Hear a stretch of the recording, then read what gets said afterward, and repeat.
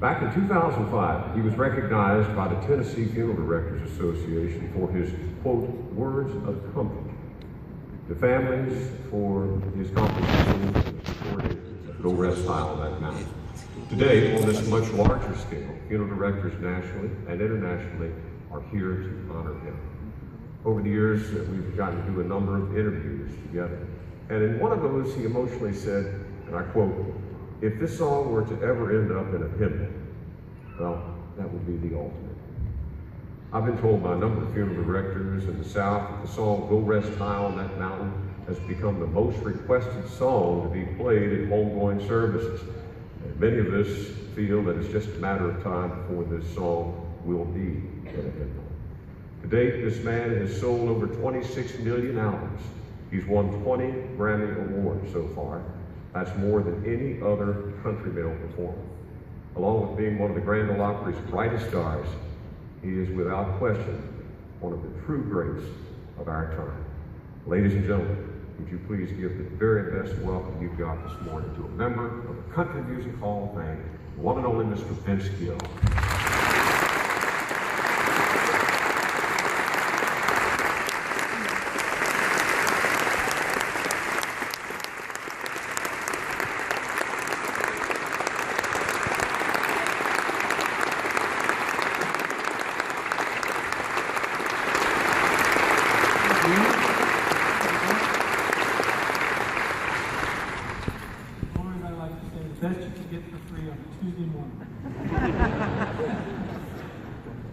Welcome to our town, and we're glad to have you here. This is a friendly place. This is a kind place. I love living here. Have for 31 years.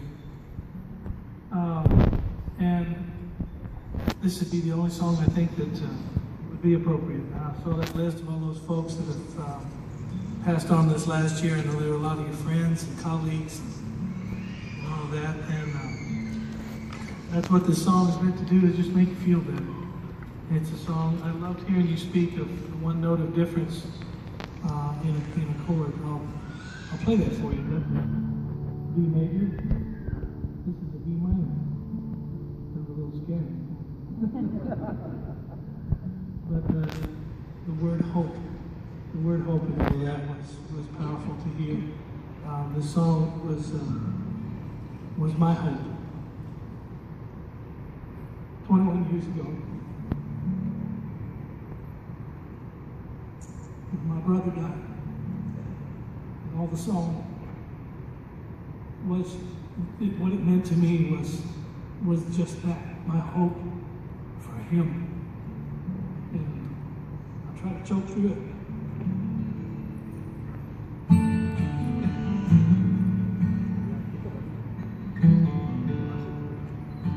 I will say I saw some of y'all last night at the honky tonk. That was good to see.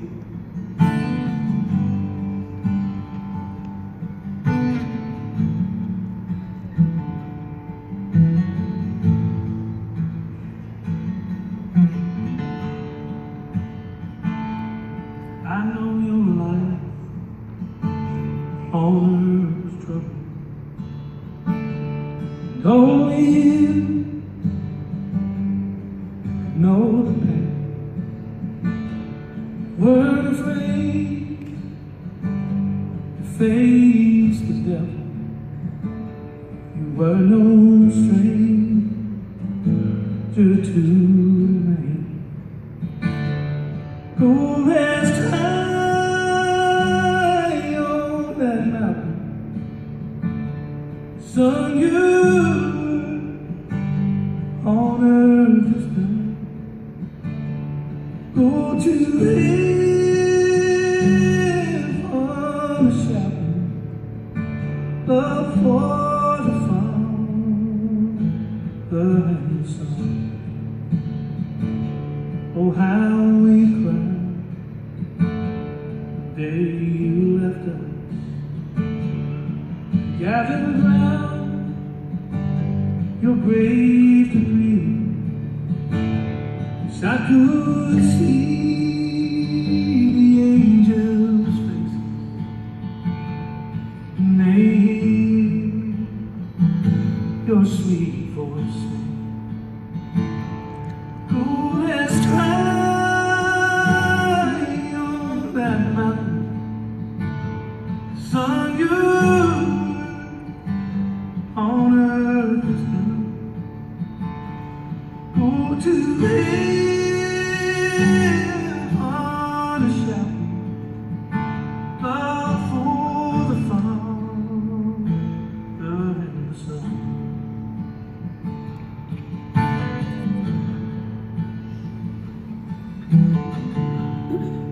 This song brought a lot of comfort to people over the last 21 years. I gotta be honest with you, I've had some of you folks come up to me and tell me, say, I like that song and all, but I sure hope I don't hear it for a while. That's all right. Every time I sing it, it breaks my heart.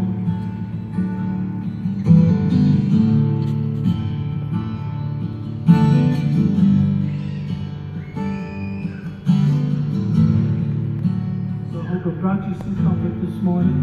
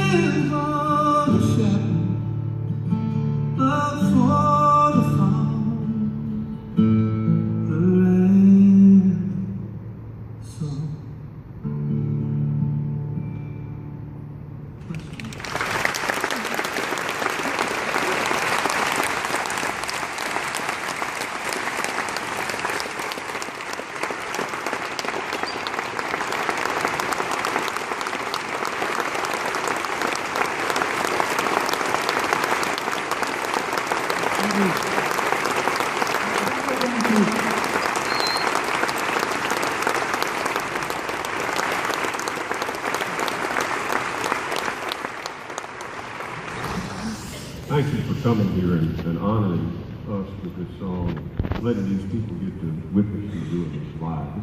This is a real treat for these folks I know.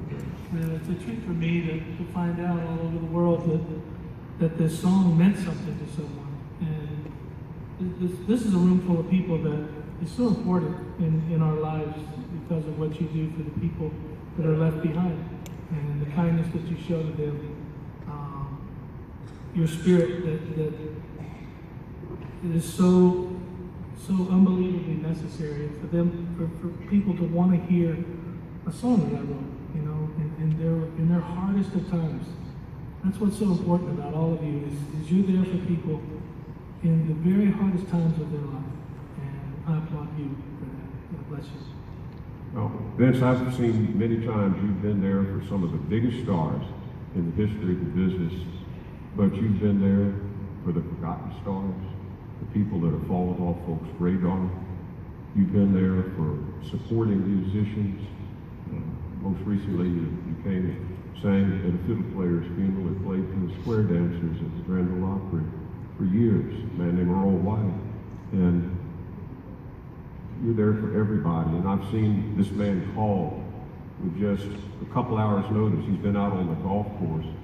And somebody, seriously, he loves to play golf. It's one of his great charities, you know. But he's been called with just a couple hours notice sometimes to come and sing this live at somebody's home. And he's always been there. And it's just so remarkable. Just very indicative of your kindness and humility, your caring heart that we talked about in introducing. There's nothing in the world to me that feels better than someone needing you.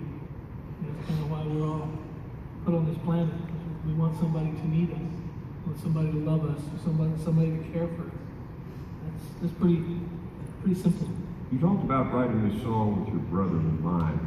How How long did it take to put this together? Some songs I know come very quickly, some take years to finish.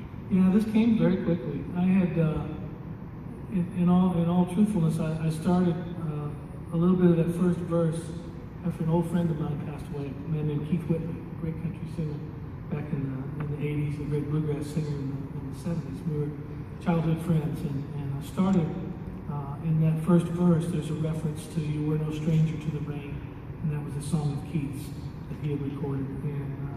But then I felt slightly awkward about writing that song, and I put it away. And then 4 years later, I believe, I lost my brother, and my big brother, and I said, man, I gotta remember that little piece. It was just a couple of lines of a song, and I held on to it, because it was meaningful then, and then it led me to this song. But it didn't take, I heard the Chuck Wagon Gang talk about Marty, another one of my childhood friends who I've known since I was 16 years old, and he wrote that song in 15 minutes, and oftentimes some of the greatest songs in history came very quickly, and that's not uncommon. And You're just holding the pen, weren't you? well, I moved it a little bit. Well, I've seen you sing this song many times. We've been honored to be asked to be a part of a lot of homegoing services. You've said backstage to Van Stevens, you said we come as a package deal. That's right. Me and Eddie said to me one day, we were at some big hillbilly star's funeral or whatever, and we'd done about 9 in a row over a 2-week period or something. He came over and put his arm around me and said, Hoss, he goes, I believe you and I are going to bury him all. And I can say it would be our honor and our pleasure to do so. I echo it will be an honor and pleasure to be included along with this man in the pre-need package. Plan ahead so others don't have to.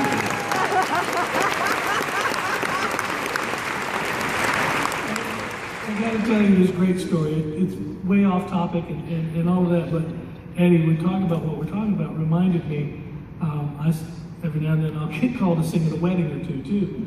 Not very often, but much bigger at funerals. But we were over in Hawaii at a golf tournament, and a friend of mine that was a tour player named Tom Percher was getting married on the island of Maui, and he asked me if I would sing a couple of songs. And I said, well, sure I would. And my career was as hot as it's ever been in its whole life, and I was on fire, and I sang 2 of the biggest hits I had ever had. And there was a local preacher there on Maui that did the service, and we finished the service, and he came over to me and he handed me a card and he said, "You're not bad." I said, "Thank you." He said, I'll tell you what, he goes, I do a lot of these weddings. He said, if you'd like to make some extra money, here's my card.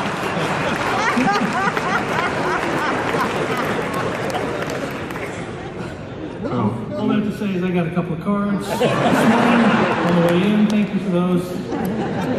We'll be in touch. They're trying to get you a pre-need plan implemented. Those are transferable, regardless of whether it's state or federal. They'll go anywhere in the world. You mentioned we're going to bury them all, and we have buried a lot of them, and it's always a tough one. I've seen you sing that song many times, Go Rest on that mountain. And I love hearing it every time. It gives everybody that you're there a sense of hope and encouragement. But I don't believe that I've ever seen you any more emotional in delivering that song. And you've been emotional a lot of times singing that song for people that we know and love. But back last spring, a year ago, when we lost George Jones, I believe that had been the toughest I've ever seen for you to get through that song. What was it that day that got you so? Well, like I said, when I'm singing and it's an emotional experience for me, I'll try to, in my head, you don't want to be where my head is at, because I'm trying to think of the funniest things I can get in my head, because I've always been emotional, and things